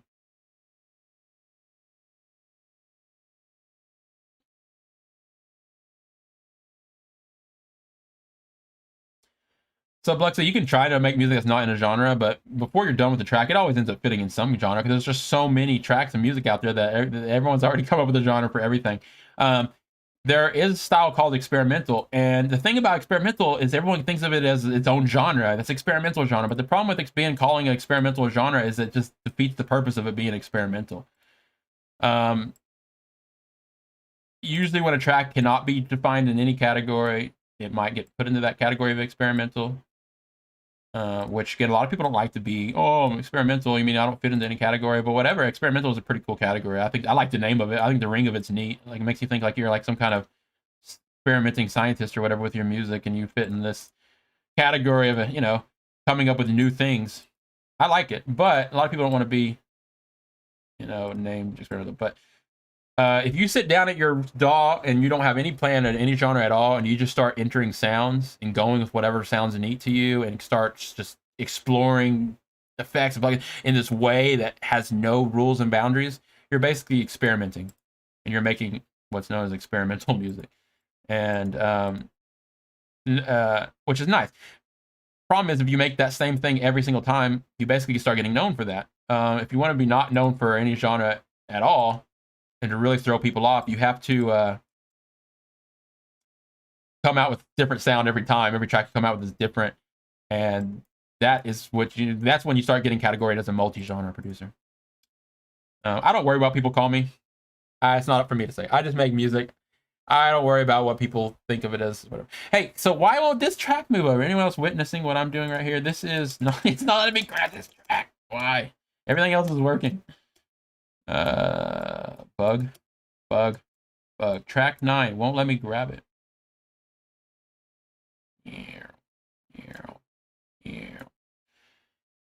Let's delete it and drop it in again. Maybe. Let me grab all these. Actually, let me leave that alone for a second. Let's go down here. Let's drop track 9 back in there. It's weird.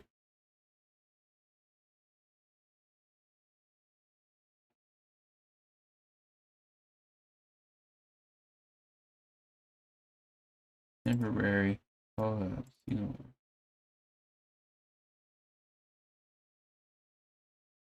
I know we got some producers in our community that make very strange experimental music all the time. Xandit and Ski Lion and some other people, and I think they also don't want to be pigeonholed into any genre. But what their music ends up sounding is, since they're so scared of sounding like any genre, it does start sounding experimental. So the problem is, if you avoid all genres, like wholeheartedly, just avoid any element of another genre, you will get categorized as experimental, I think. But as soon as you add any kind of drum beat, that's pretty much going to tell you what genre you're in, kind of. Drum beats are so important when it comes to genres. Let's see, track 9.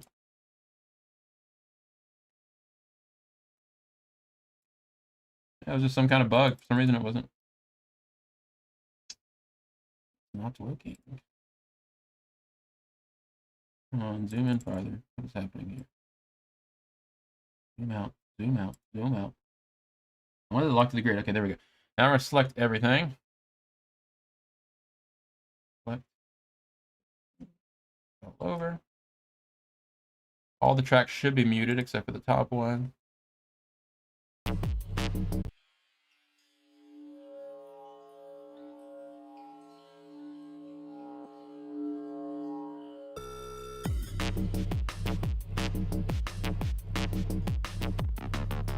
And Diety says there's a song I made. I still don't know what category to genre in.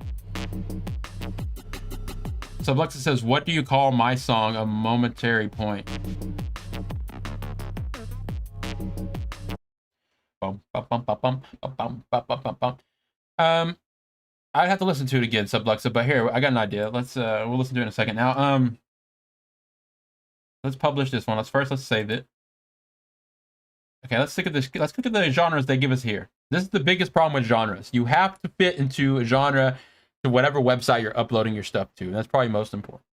So whatever genre you're trying to make sure that you can upload it to a website, being SoundCloud or something, or even Bandlab, and make sure you can pick something that fits you. Look at this here. So this is telling us there's only rock, pop, hip hop, R&B, electronic, jazz, folk, Latin, classical, funk, blues, metal, country, reggae, and other. So this is my point here. Electronic is the master genre of all electronic music. I know some websites will put electronic, especially SoundCloud, they put electronic as their own category. But it doesn't mean everything doesn't follow under electronic. This is much like Spotify and stuff here. This is very important to note that this is the more mainstream categorization of things. And everything that we make that's electronic, including dubstep, house, trance, drum and bass, everything, according to Bandlab, you put it either under electronic or other. And I wouldn't want to be named as an other necessarily always. I would like to be under electronic. So my main point, and the way I like to think of it, is I make electronic music, and I don't care what subgenre of electronic it is, whether it's dubstep or house. I make electronic music, meaning I'm using synthesizers, drum machines, FL Studio, and not using guitars, pianos, acoustic drum sets, and fiddles and violins. I'm making electronic music. So electronic, auto, audio, auto mastering, electronic, no description, published. Here we go.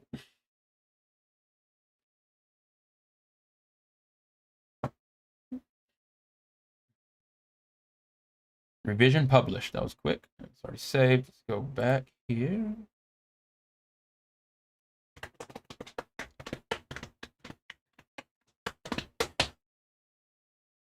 I'll play this first, and then we're going to listen to Sublux's Momentary Point and try to pick a genre for it.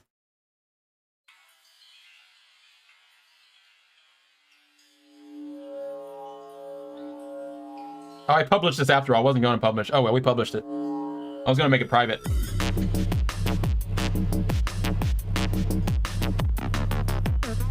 Wow, I think the mastering made that reverb thing sound.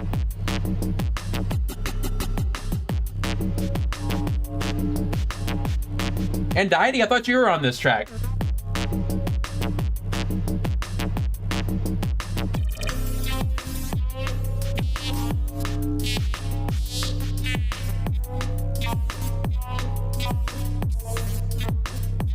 Okay.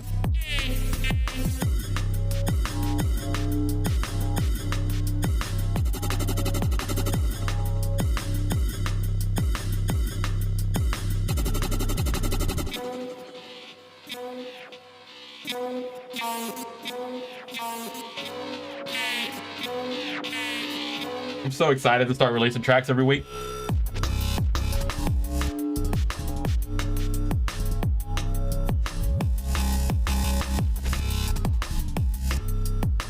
These all sound better to me now after I haven't heard them for a while. And I got them now inside of this new mastering.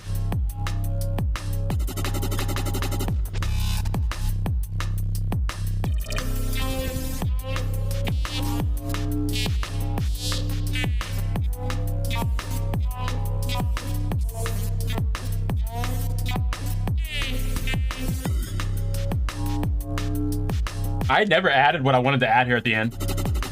That's why it's just kind of empty here. I was gonna add something there, I never did. It's like such a boring that's such a boring outro, but I don't care.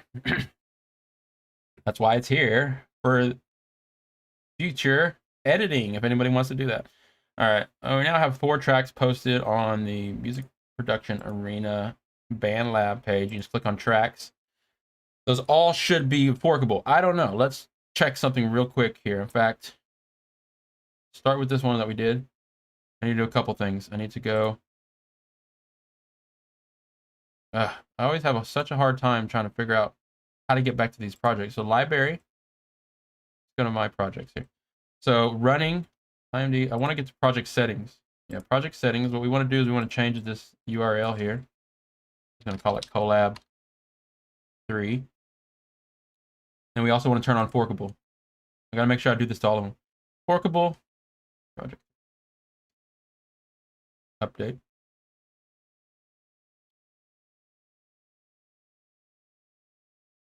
Now we'll do the same thing. Tech theory. Project setting. Collab 4. Forkable. Forkable collab 4. Update. All right, I'm pretty sure I did that with the other 2 already. So library, projects, low state, project settings. Let's double check. Yeah, it's forkable. It's titled collab 2. And I know I did it with the first one already. Okay, so now we go to the projects. Music Production Arena profile page. Click on tracks. You'll see our 4 tracks there. We have 4 more coming that we already have finished. And then after next week, we're going to have 9 total. And then every week, maybe we'll add a new one. Every week to 2 weeks. It just depends on how fast we can finish a song. I would like to do a new one every week, just to keep the challenge, just to keep it challenging and not to overthink it. 2 weeks is if you really want to make it perfect. You spend that extra week on it. But the first week, we should be able to throw together a neat track and idea. Who knows? Anywhere between 1 to 2 weeks, we'll be doing a new track and posting them here on Bandlab. You'll be able to click on them. We'll also continue to post them on our SoundCloud page. Pretty much it. SoundCloud and Bandlab. We're not going to post these on Spotify. Too many people to worry about splits and all that other stuff when it comes to revenue and everything. I don't know how that all works. At some point, it's going to be interesting if any of these collabs that we do start bringing in some revenue.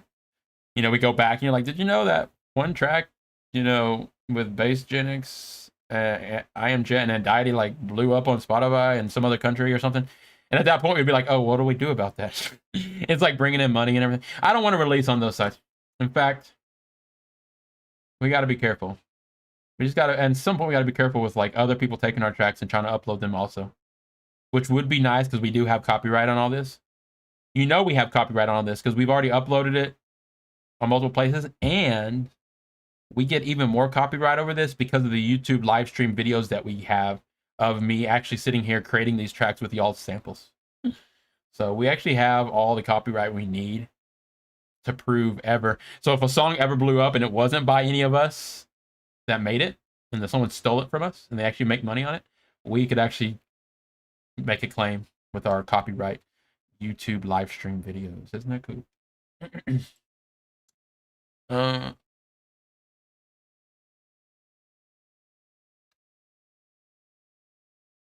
So a momentary point.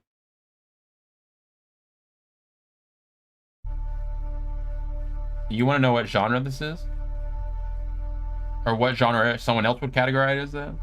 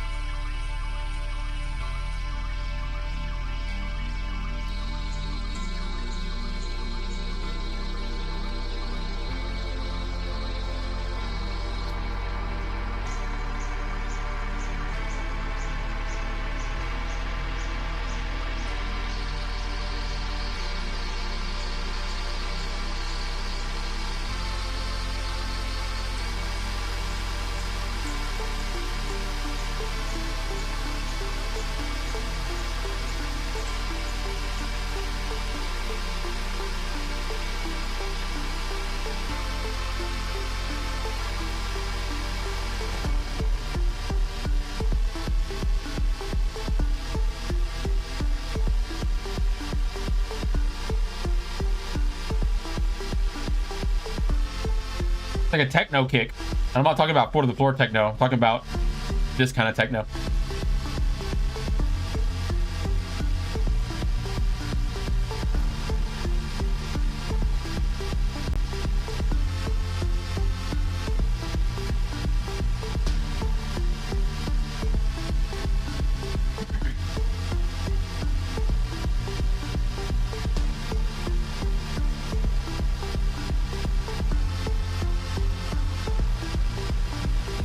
I see your kick drum is just the backing up the melody, which is kind of interesting.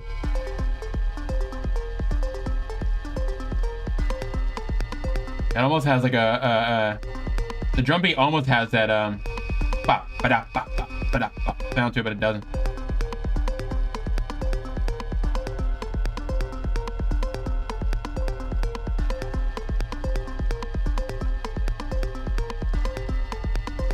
People followed us. Who are these 100 people that followed us on Facebook? Oh, I'm one of them.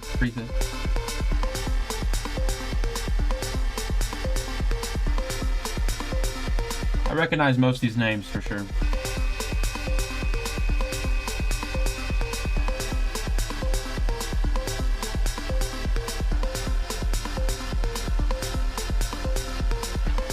I would put this under electronic genre, but more it is actually, some people would put this even under techno, which is another subgenre of electronic. Techno used to be the main term for all electronic music. At some point, it was all called techno. Things just change over time.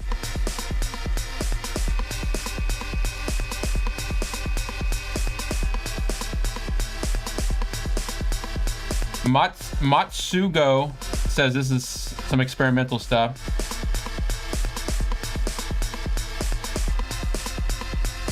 Big Pocket Records is streaming if y'all want to go watch Big Pocket Records stream. Ryan Grissom, I remember you. I think you follow us. I follow you back. We just hit 100 followers, so I'm gonna reach out to every one of our 100 followers and say thanks for following and invite y'all to my Discord. The Discord, our Discord. It's not my Discord. Really not my Discord. I got a co-leader.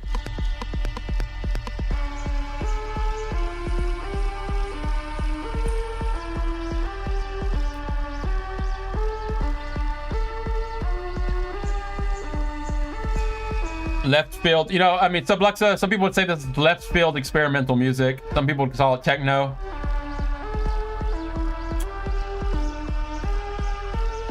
I'd call it experimental electronic techno for sure, but not in a bad way. That's good. It's all good stuff.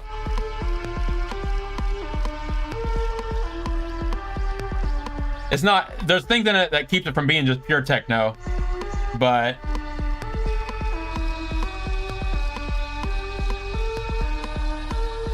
it almost has like a,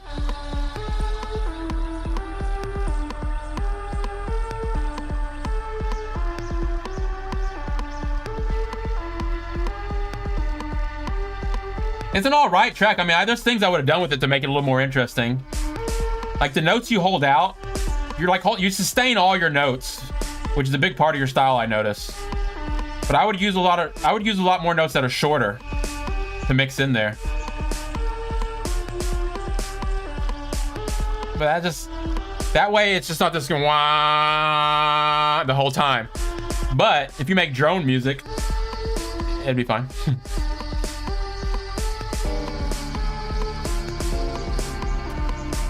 Yeah, the way you progress through your song, you're doing it in what is called an experimental genre style way. Like you never know what's gonna come in. Now this piano's coming in.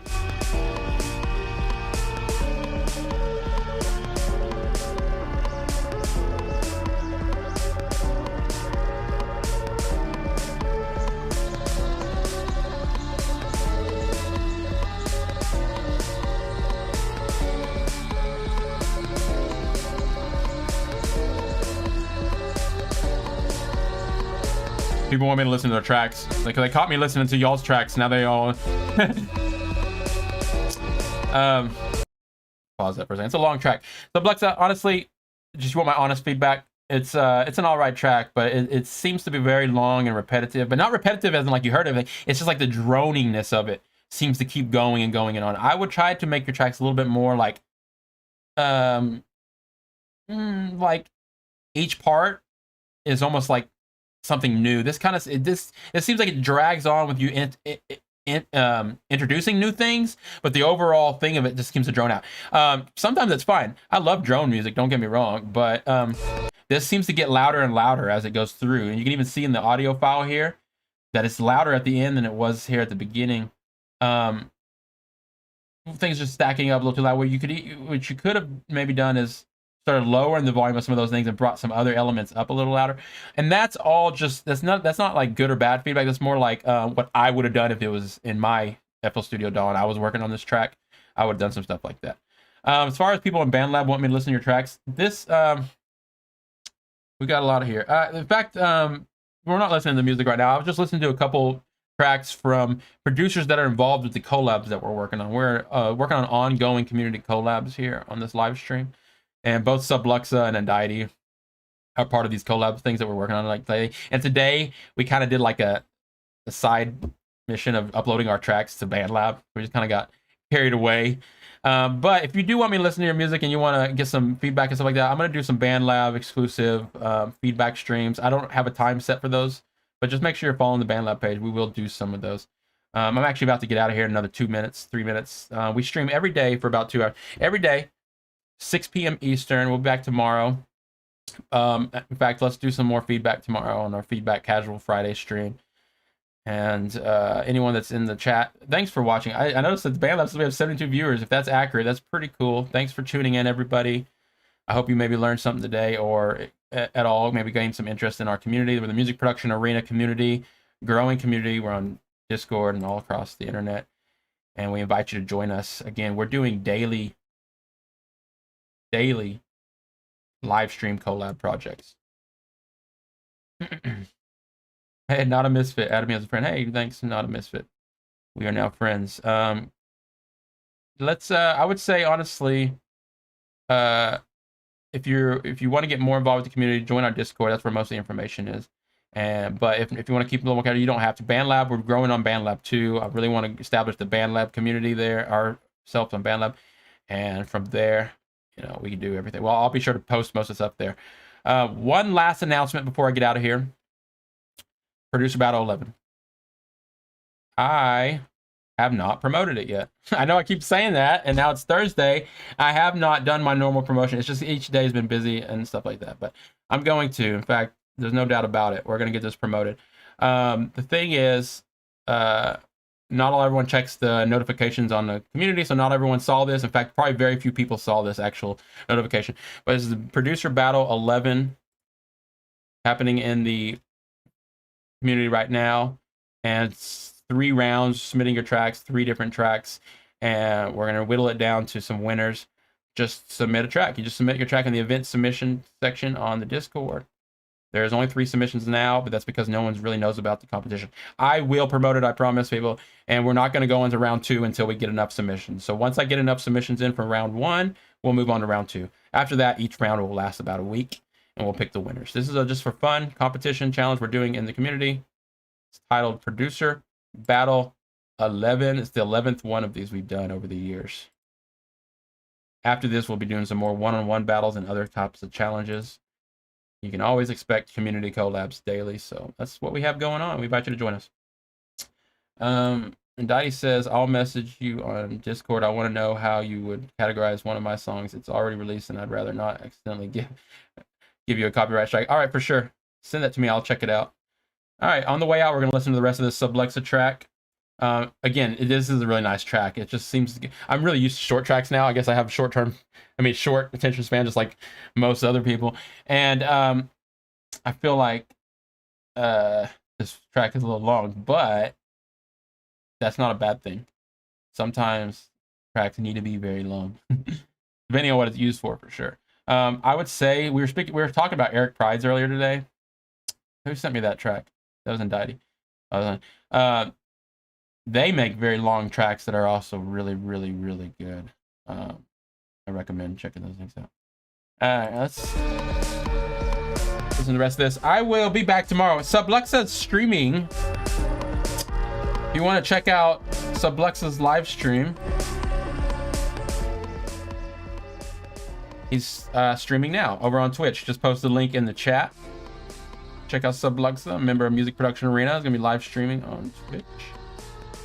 I'll be back tomorrow, same time, 6 p.m. Eastern, for more community collab projects. And we'll move right on. Remember, next week we're starting... Sorry, it's hard to talk when there's music playing. Next week we're starting a fresh new schedule, working on one collab at a time. We're going to be working on collab number 9 on the spreadsheet, which was the first collab for this new season. Come back tomorrow. Next week, Monday, to start that project. Again, it's 174 beats per minute. E minor.